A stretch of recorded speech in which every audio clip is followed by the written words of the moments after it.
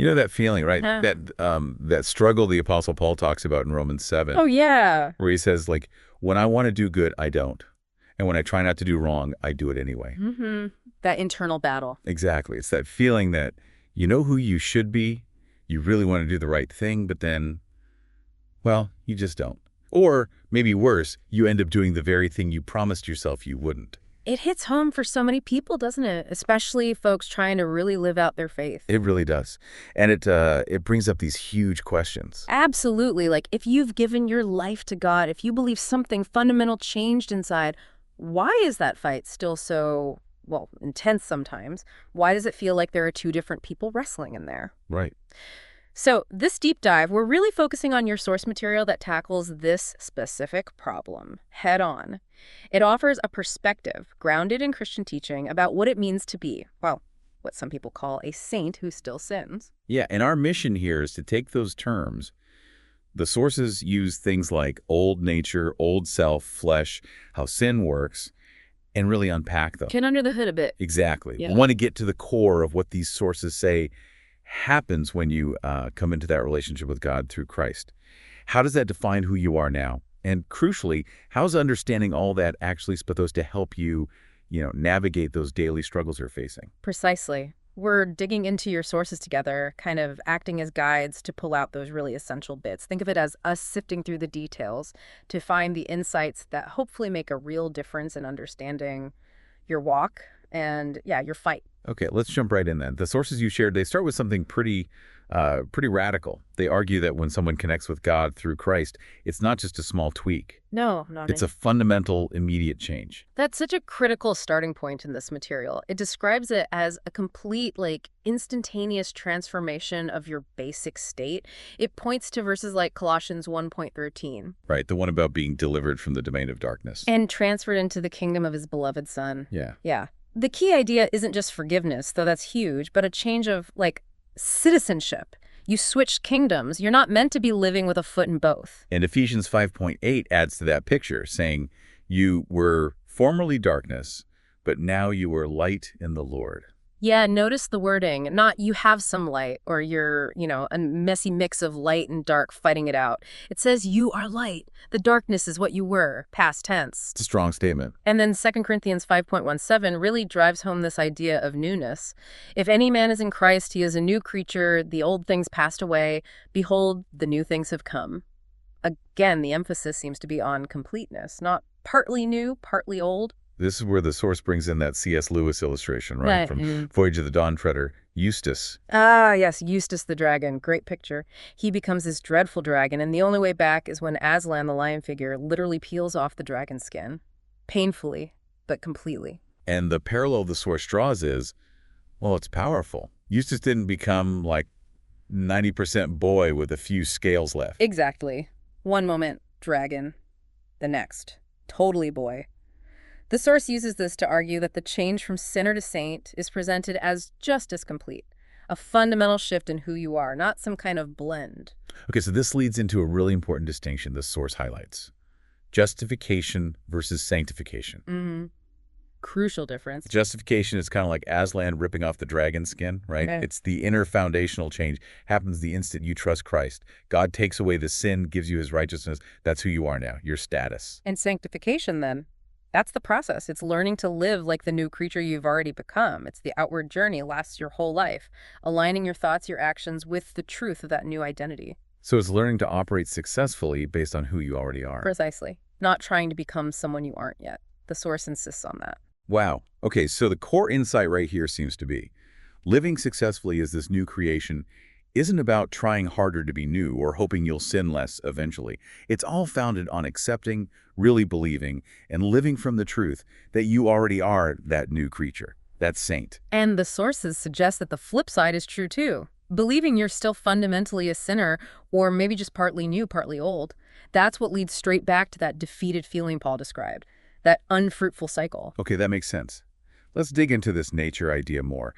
The material contrasts our nature before Christ and after. Right. So before Christ, Ephesians 2 is used to paint the picture. We were by nature children of wrath, dead in sin, influenced by Satan, just living out our sinful desires. That was our default setting, our inherent state, like being darkness itself. But after coming to Christ, the source points to 2 Peter 1, saying believers become partakers of the divine nature, escaping the world's corruption. Now, here's the absolute kicker, the point the source really hammers. This wasn't God just adding his divine nature on top of the old sinful one you had. Not like adding a new app to an old phone. Exactly. It was an exchange, a complete swap. Salvation, in this view, isn't just a pardon or, fire insurance for later. It's a fundamental change of your very essence. God didn't just flip a switch. He changed you from being darkness to being light, from having a sinner's nature to having his nature, a partaker. There's a newness that just wasn't there before. And why? Why the exchange, not just an upgrade? Well, the source argues it's fundamental to identity and actually growing up spiritually. God didn't just give us power to, imitate him better. He made us partakers of his nature so we could genuinely be like him from the inside out. So it's not about performance, trying to measure up. Less about performance, more about identity. The idea is he changed our nature because we couldn't measure up just by improving our behavior. The old nature was fundamentally incompatible. Okay, so if we got a new nature, the big question is, what happened to the old man, or the old self, as the source calls it? That inner person driven by the old nature. Yeah, the one inherited from Adam, independent, kind of inherently disobedient to God. What's its fate according to these sources? It's blunt. The source says, you died.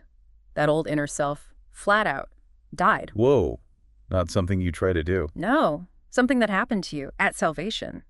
Through being crucified with Christ, Romans 6, Colossians 3, Galatians 2, they all point to this reality. If you are in Christ, your old self died when he died. And the purpose of that death? To break the connection with sin, to end that slavery, the source uses strong words. Your old self, the sinner identity, and that old sinful nature, gone forever. Okay, pause there. That sounds like sinlessness, Yeah. But obviously believers still sin. So how does that square? That's the crucial clarification. It does not mean you suddenly become incapable of sinning. What changed was the relationship. Sin's inherent power over you, its dominion, was broken because the person who was its slave, that old self, is dead. Okay, Romans 6 talks about this. You're freed from sin's mastery. You're no longer obligated to obey it. Sin's still around, Satan's still active, the appeal is still there. But you are fundamentally no longer its slave by nature. Its power to compel you is broken. That's a huge shift in perspective. It is, and the source tells that story about the pastor, remember? Struggling like crazy, trying to die himself, feeling like a failure because he couldn't seem to manage it. Yeah, beating himself up. Until he really saw Colossians 3.3, you have died. Past tense, it was already done. The insight was, God isn't asking you to make this happen. He's asking you to know it, accept it, believe it, reckon it to be true. You can't do something that's already been done to you in Christ. So the old self, the one defined by sin, is gone, replaced by a new self, powered by this new divine nature. Right, that's the 2 Corinthians 5.17 reality. This new self came alive when you were united with Christ in his resurrection. The source describes it as having, the very life of Jesus implanted in you. Galatians 2.2, Colossians 3.4 speak to this. The old self, dead, finished, once and for all. Okay, so old self, dead, new nature received. Then where does this tricky thing called the flesh fit into all this? Because the Bible talks about the flesh a lot. Yeah, it does. And it can be confusing. The source uses that Navy skipper analogy to try and clear it up. Right. The mean old skipper gets thrown overboard. And replaced by a good, wise new skipper. But the crew, they've spent years being programmed by the old skipper's ways. Fear, self-protection, maybe cutting corners, rebellion even. Those ingrained reactions to the uniform, to authority, they're still there even though the captain is totally different. So old skipper, old sinful self under Satan's influence. New skipper, new self in Christ under Jesus' authority. Exactly. And even though the old skipper, old self, is gone, the source says our flesh remained. And the programmed crew. Pretty much. A lot of what the Bible calls the flesh, according to this material, are those programmed habits and patterns of thinking we learned from the world. It's the crew's ingrained responses. It's that tendency, even in someone who is truly changed, to default back to operating independently from God based on learned self-interest, old coping mechanisms, worldly thinking, even though your core identity and who's in charge has fundamentally changed. Okay, that helps. And the source makes another distinction here, right? Between being in the flesh and walking according to the flesh. Yes, very important. Being in the flesh describes unbelievers, spiritually dead. Their basic operating system is independence from God. Romans 8 talks about this.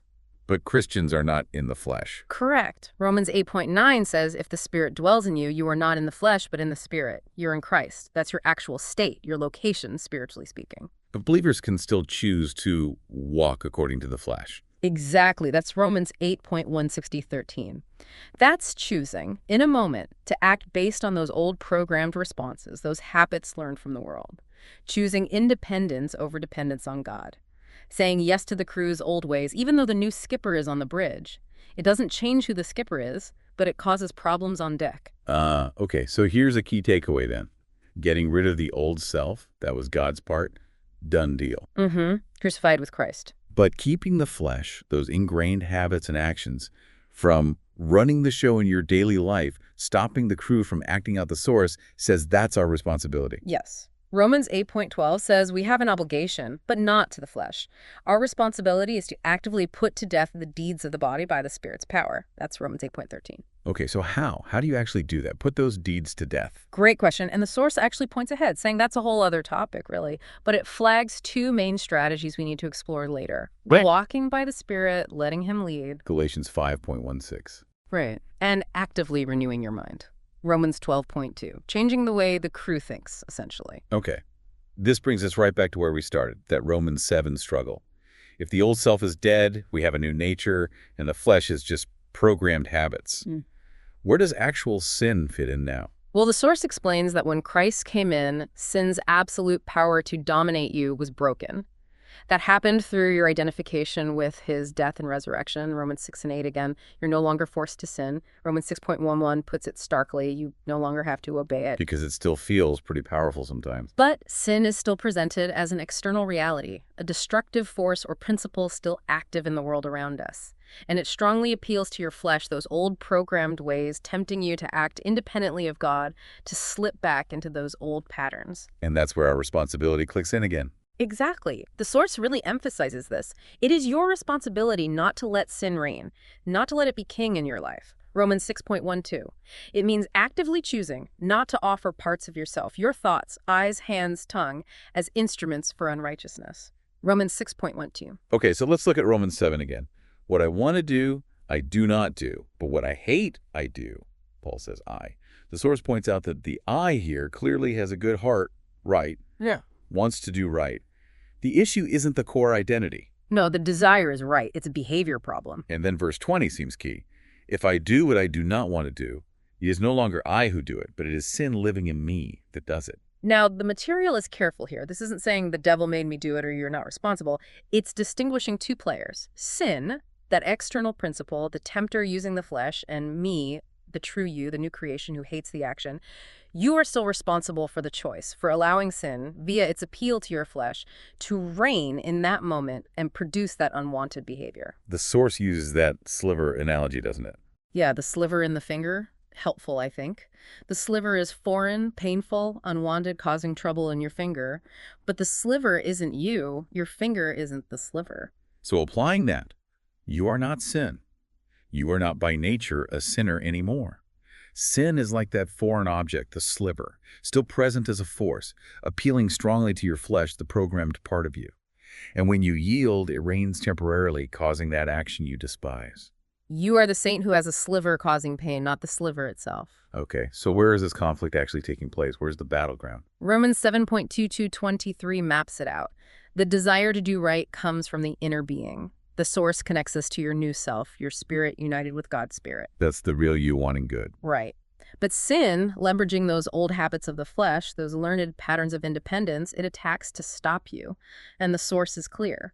The primary battleground for this war is the mind. And that's why renewing the mind, Romans 12.2, and taking thoughts captive, 2 Corinthians 10.5, are presented as such vital, practical strategies. Exactly. They are the key disciplines for winning this fight. What about Paul's cry near the end of Romans 7? What a wretched man I am.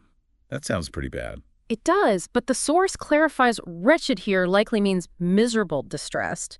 He's not saying what a fundamentally sinful man I still am in terms of his core identity. He's saying how miserable this conflict makes me.